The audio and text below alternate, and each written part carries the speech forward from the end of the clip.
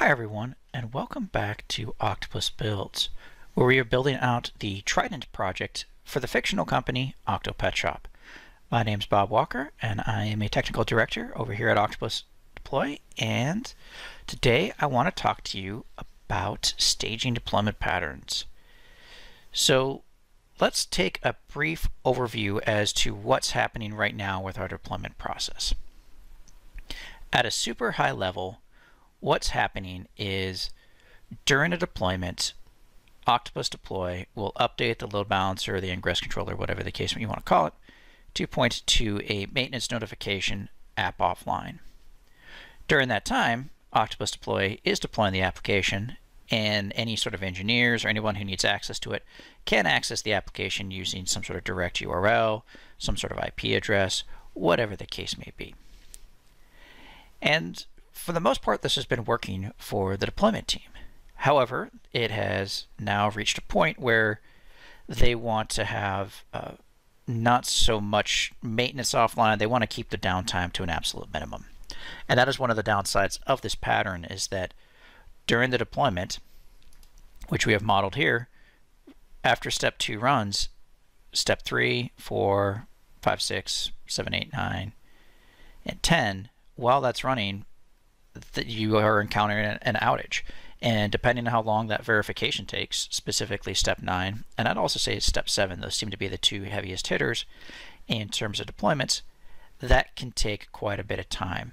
So you might see a situation where you have an outage window of 30, 40, 50 minutes.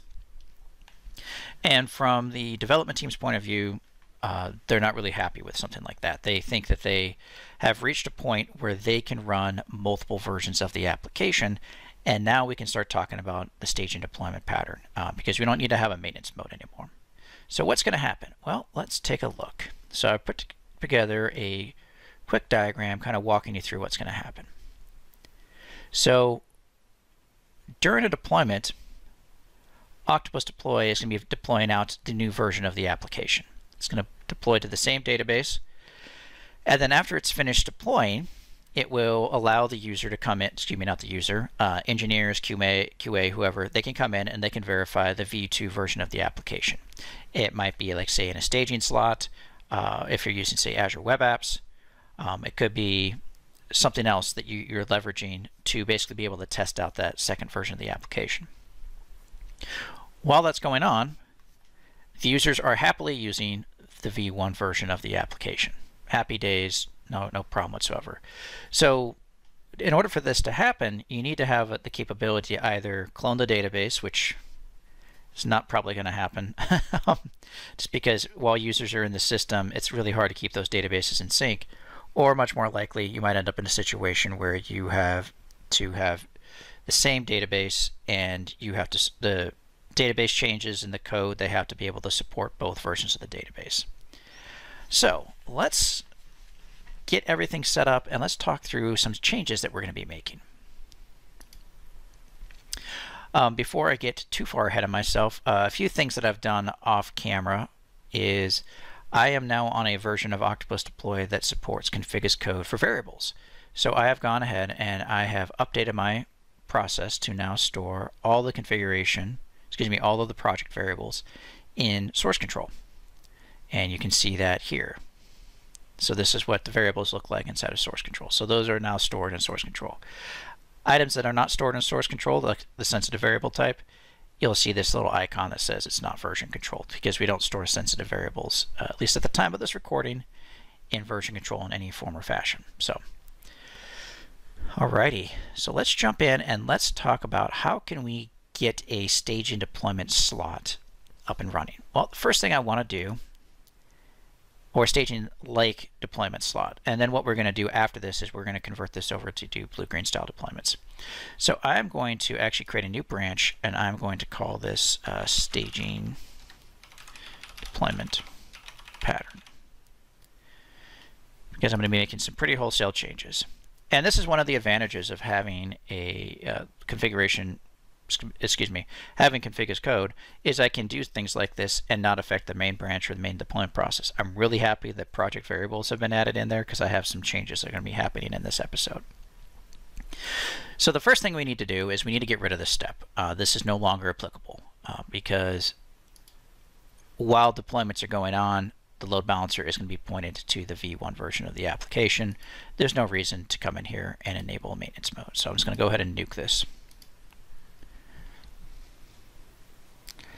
The second thing that I'm going to be doing is, in a lot of cases, you might see a situation where the verification step has been done.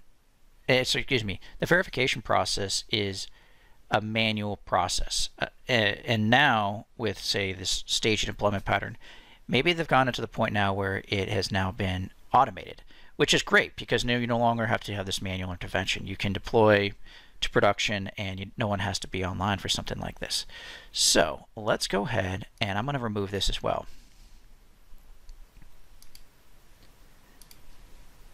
However, I'm not insane. I am going to add in an additional step that will run a deployment process.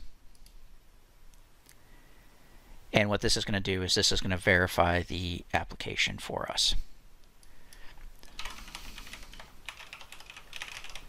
I'm going to run this once on a worker. And I added in a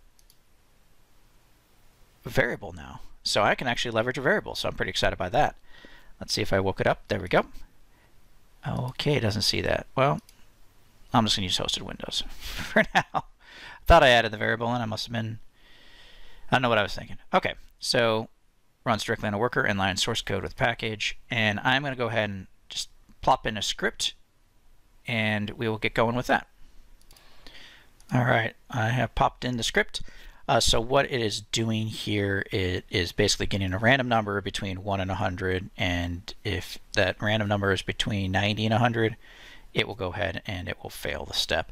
This is just there just to kind of prove that this process is working. In a real world, your verification process would actually be much more in-depth. You'd be running automated tests, whatever the case may be.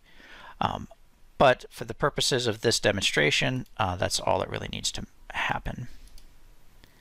Verify the application, and then finally we want to disable the maintenance mode. In fact, we're no longer disabling the maintenance mode.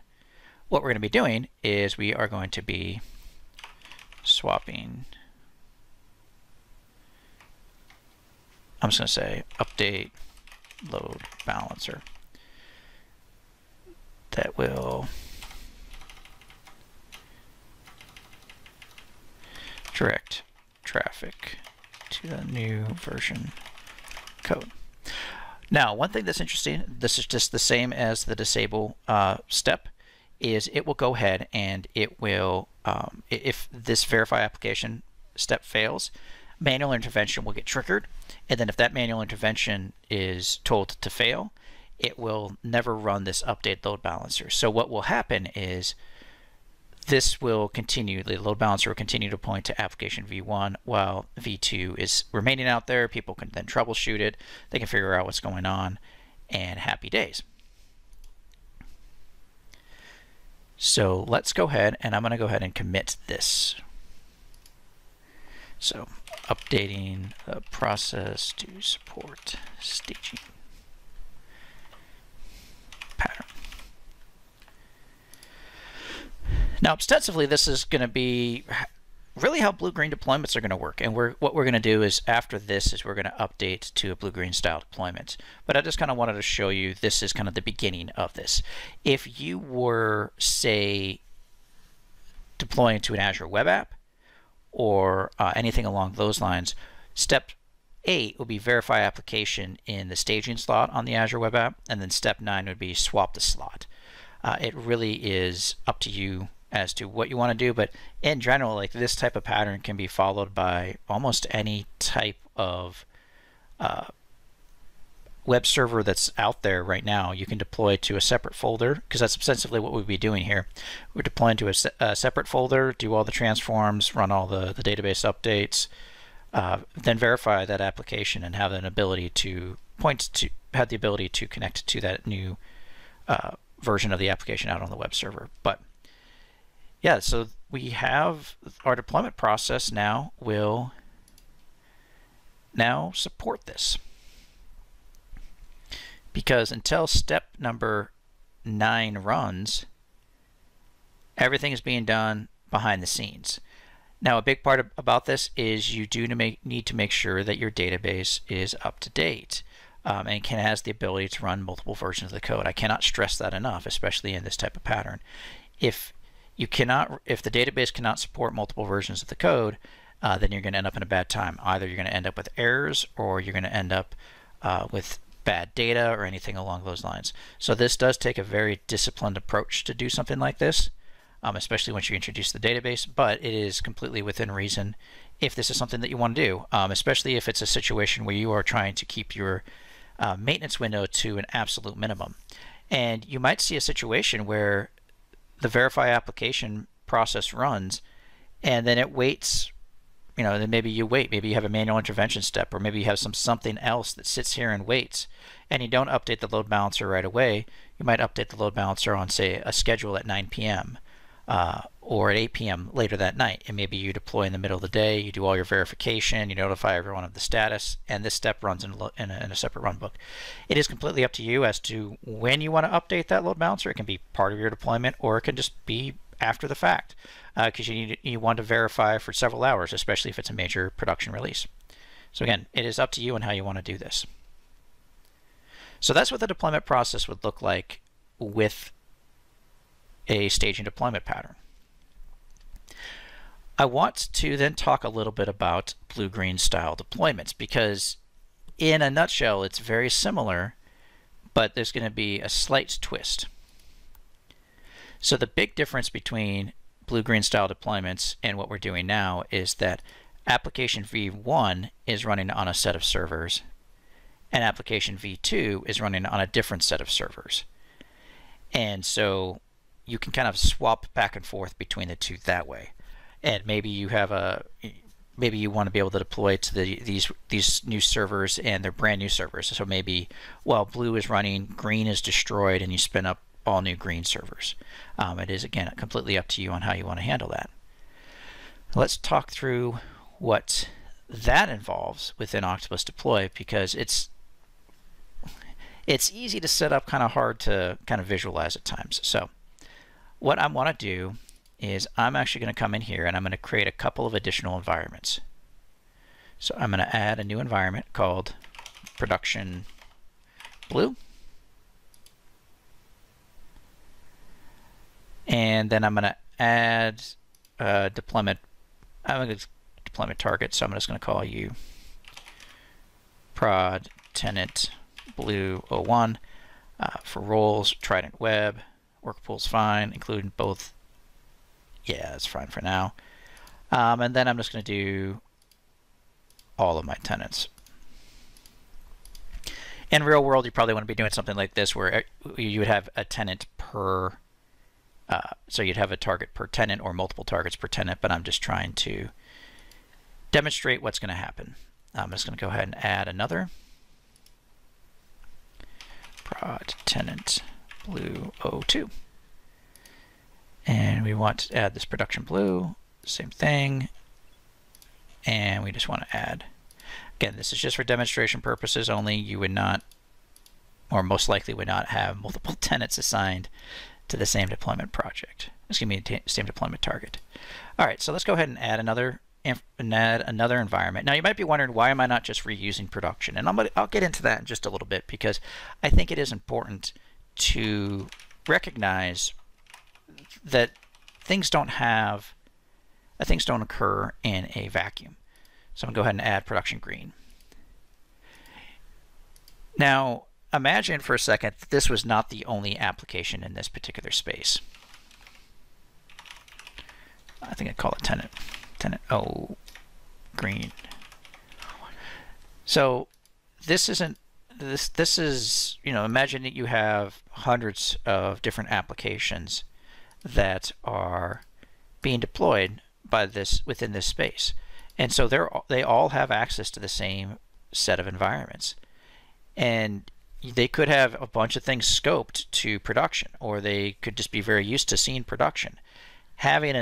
Suddenly changing the name of production to, say, production green or production blue, it's very confusing, and you don't really want to do that. Plus, you don't know the impact of having something like that, because folks might go, no, we're not ready to do blue-green style deployments. Why are you calling these things green? So I think it's just better to set up different environments, because ultimately you're going to be doing a lot of small little changes as we're talking, and you're going to kind of see what those changes are in just a second. And internal, Exarban, Millard, Benson. All right, let's go ahead and save this. Okay. Now the next thing that I want to do is I'm going to go ahead and I'm going to set up a new life cycle for this. Because right now I have my release life cycle that goes staging to production. Again, you don't want to do something where it is occurring in a vacuum. As you can see here, by default life cycle, this is going off of basically its convention. So because I didn't have any phases defined in here, it is using, dev, QA, staging, production, production blue, production green. This is the downside of just, hey, I'm just going to update my existing life cycle. Let's say I updated my existing, my existing environment, my existing production environment to say, now this is called production blue. Well, now everyone who's using this release cycle, as you can see it, they now all are now deploying to production blue, but they're not deploying to production green. So it's better to have a separate set of environments so you can have a little bit more control. So I'm just going to call this blue, green, release.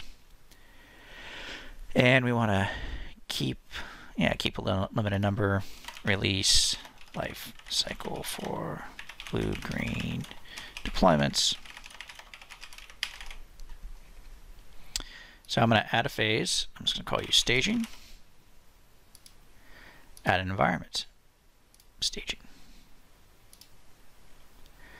Next thing I want to do is I'm just going to add another phase called production. And within here, this is where you can add multiple environments. So what I'm saying basically is, in order for this to be successful, a minimum of one must be successful, because that's exactly what it is. I'm deploying to production. All right, so I want to save this. So production blue, production green. Perfect. Things are coming along just nicely. Let's jump back over to our project. I want to make a few small tweaks. This is the other reason why I'm really happy that this is all done in a separate branch, because I'm going to be making some changes to my variables. So right now I'm deploying, this is my production deployment. So what I want to do actually is I'm going to duplicate this value. That's not what I meant to do. Woo. And I'm just going to change my type. Actually, I want to go to my editor. And, oh, it kept that perfect. And I'm going to define my scope. And what am I in? Oh, I clicked on the wrong thing. I was like, that shouldn't be right. Prompt for value.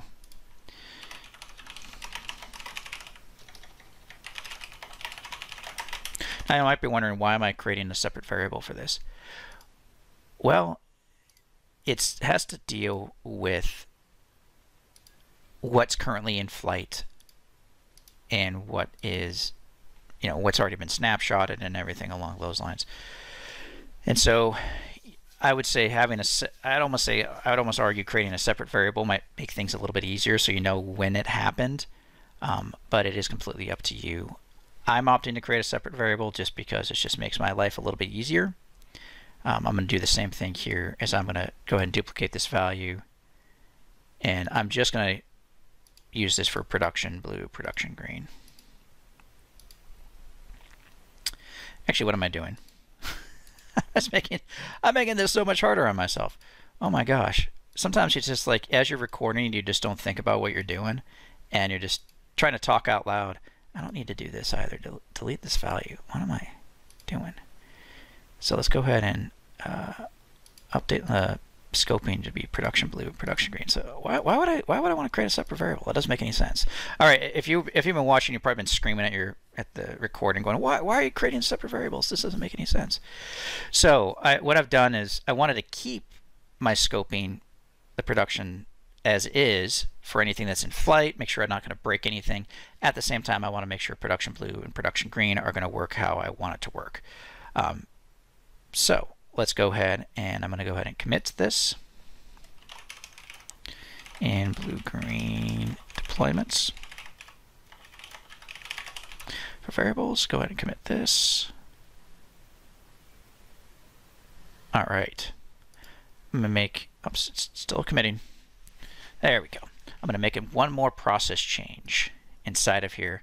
So instead of saying update load balancer, I'm just going to call this update load balancer to blue or green.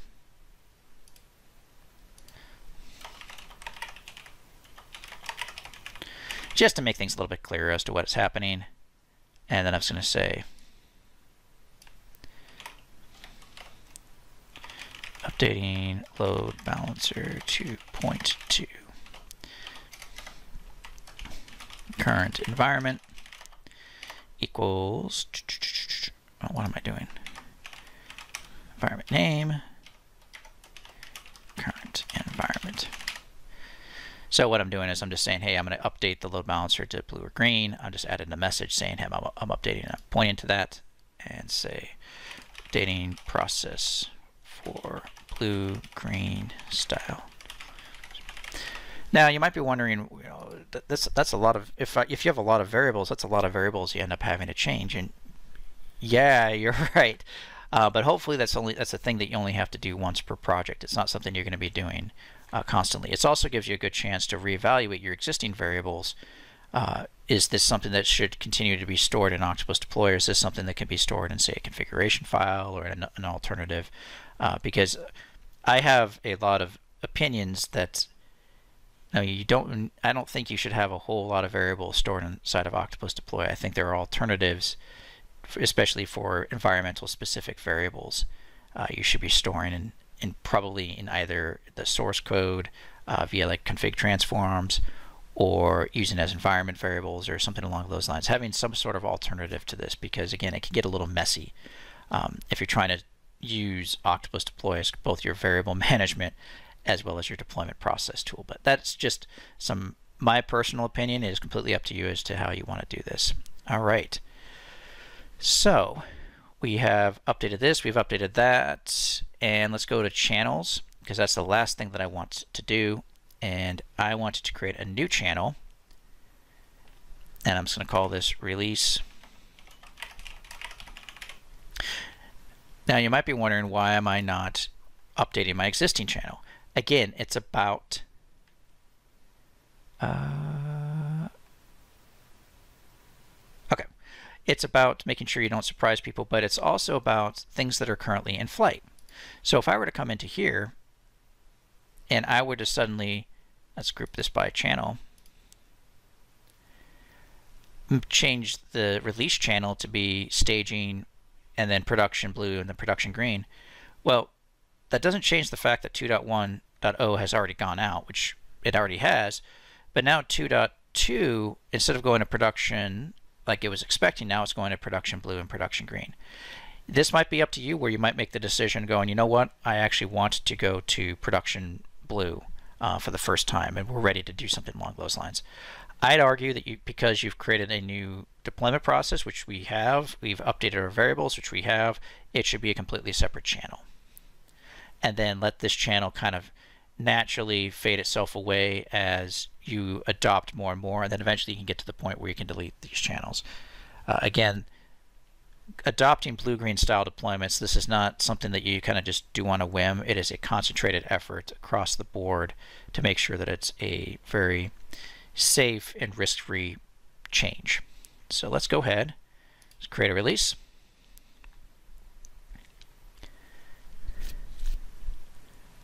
Up the version field is required. I forgot to make one last change. I just want to update I forgot my version release tags. All right, I forgot to do that, so let's go ahead and add version rule. Package steps. Yeah, that's fine. 1.0, 2.0 that, and save it. Okay. I knew I was forgetting something when I was creating these channels. All right, let's go ahead and let's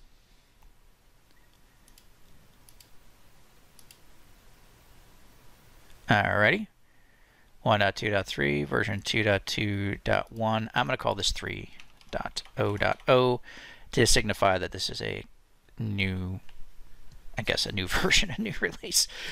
In actuality, you would have a whole new package. You'd have a whole new set of build artifacts to go ahead and push out, just because there's just so many different things that have to change. This is, again, you're not going to be reusing existing code. There's a lot of behind-the-scenes things that have to work for this to all work together. I'm going to go ahead and deploy this release.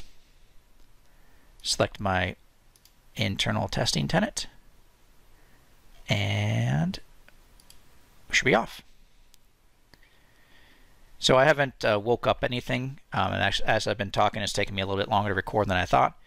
So it might take a little while for everything to get spun up. So I will come back once it gets to a point where it's either finished or we're able to proceed rather quickly. Alrighty, so I'm back, and we've gotten to the point where we have extracted the database, and we're about ready to approve it. So I can go ahead and assign this to me, proceed. And so I should pick it back up fairly quickly, and then we have then it will deploy the database changes, deploy the website, and then we'll run the verify application script. So while I was doing this, I came across the realization that I'm going to need to merge in my changes rather quickly after I get done with this.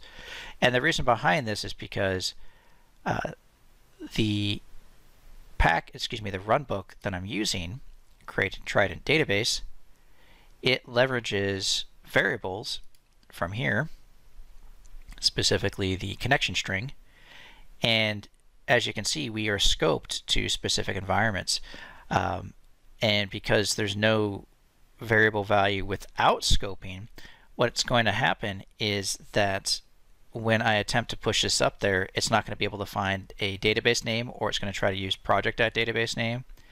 And the way, at least at the time of this recording, where config as code works with variables and runbooks, is that it will use the it will use the variables from the default runbook. The variables from the default branch that is specified in version control. So it's going to be using for my main. I could come in here and I could start changing around, say, oh, my default branch name is actually stage employment patterns. That's not going to be the best overall experience. So again, this is one of those things. When you make the decision to go to blue-green style deployments, it's not just I've made the decision. It is a very conscious effort with a very specific series of steps that you need to take in order for this to be successful. So hopefully, once it's all said and done, we are now at the point where it is deploying. It's verifying the application, and we should see it proceed on pretty quickly. And that was successful. Updated load balancer to blue or green. So it's going to say updating the load balancer to staging. Now, a couple of thoughts that occurred to me as I was finishing this up, and I'm going to wrap this up pretty quickly, is that right now I have a production blue. You know what? Let's group this by channel. Right now I have a production blue and a production green. In a perfect world, you should be testing how you're going to be deploying prior to going to production. So you shouldn't be trying out new steps when you go to production, blue or green in that particular case. So I should probably actually have a staging blue and a staging green. And so I might put something like that together off camera. I'm not going to make everyone sit here and wait, because it's basically going to be the same thing what I did before. But yeah, so if you're going to go with blue-green style deployments, I highly recommend having a staging blue and a staging green. That way it's not just production where you have blue and green set up on something like this. So that is it for this particular episode. Thank you very much for watching, and have a great rest of your day. Hey everyone, Future Bob here. When I last left you, I had my project overview screen looking slightly odd, and I had not completed everything that I wanted to do for the blue-green style deployments, and I didn't realize it until after I stopped recording, and actually a few days had passed, and I came back to this to start messing around for the next recording.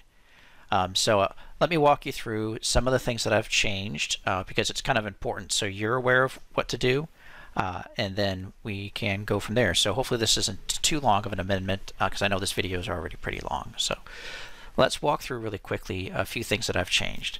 The first thing that I did was I created or kept my release channel, but I called it release legacy. And so what I have here is I have staging and I just have production. I don't have any staging blue, staging green, or production blue, production green.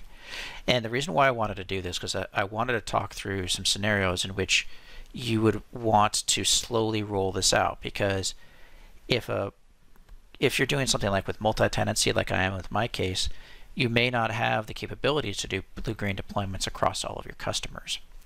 So what I did is I kept that as is, the staging and production release channel, until the customer is ready to swap over, or the branch office is ready to swap over to blue-green style deployments. I did create the staging blue and I did create the staging green, but you notice it is both part of the same channel, and that's intentional because sometimes you might be going out to staging blue but production green, or staging green and production blue. It really kind of goes back and forth as to when you want to do something like that. You could do something where you have release blue, release green, but then you would need to know at the time of creation as to if you're going to blue or green, and sometimes you don't know that until you get to the actual day when you're going to do the deployment. So that just adds a little bit more cognitive overhead on something like that. One other thing that I forgot to do, and this is important, and I can't believe that I forgot to do it, is you need to update your tenants to be assigned to the various environments. So in the last video, in my earlier video, I never came through and updated my tenants. So I realized that after the fact. This is one of the things I went to go deploy to production blue and production green to kind of show someone else how to do it, and I'm like, oh my gosh, I forgot to do that. So yes, if you want to deploy to those environments from here, you need to make sure that you are scoped to the appropriate environments. Now, one thing that I did do is that I said, okay, Exarban, they have gone to the blue-green style deployments, and so they can do staging blue, staging green. And because they've done that, I've removed them from these two environments. And so that's part of kind of the transition process of migrating them away from, basically removing them from staging and then adding them to staging blue or staging green during that migration. And then internal, I have it crossing both just because, again, it's something that you'd want to test and go back and forth on. The other thing that I changed around was my variables. So if we come into my project variables, I made a few tweaks here just because I needed to, lack of a better term. So this is specifically for the database name. Before I had this naming convention where it's the environment name followed by the retail short name. When I went to staging, that wasn't going to fly at all because it would have been like staging blue, staging green. And so I've hard-coded the term staging in here, but I kept my other naming conventions. So this will work for staging, staging blue, or staging green. That way it can continue to work as I transition those additional customers over to the other one. And I had to do the same thing with the reports because I wanted to make sure that I was generating the reports in the appropriate spot, not relying just on the environment name. I wanted to have a production report and I wanted to have a staging only report. So I also scoped over to that. So if you're curious about what that looks like. And that's really it for some of the changes that I made. As you can see, it does kind of look a little busy, at least at this particular point in time, and there's a lot of things that are not linked to it. This is why this grouping by channel is very important for something like this, being able to see what tenants are available to go out to what specific environment. But this is only something that you would typically have to do if you're going to do multi-tenancy applications. If you are migrating an application over to blue-green style deployments, then you wouldn't have to kind of go through this whole rigmarole. I only have to go through this is because I added blue-green deployments on top of my multi-tenants. So those were some of the changes that I made. One thing I did find though is in my process I have the calculate deployment mode. I didn't have to make any changes to that. Everything is continuing to working as is. So yeah, that should really be it. I'm just double checking my deployment process before I forget. I did change around the auto-approve database delta script, so now it only runs in staging blue and staging green. Same thing with the update load balancer to blue or green. It only runs on the release channel. So yeah, everything should continue to work now. So that's what my deployment process looks like. So thank you very much. Apologies for such a long video, but I wanted to follow up before I forgot because it was a big old mistake that I made. And I didn't realize it till after I stopped recording, and it wasn't almost until a couple days later.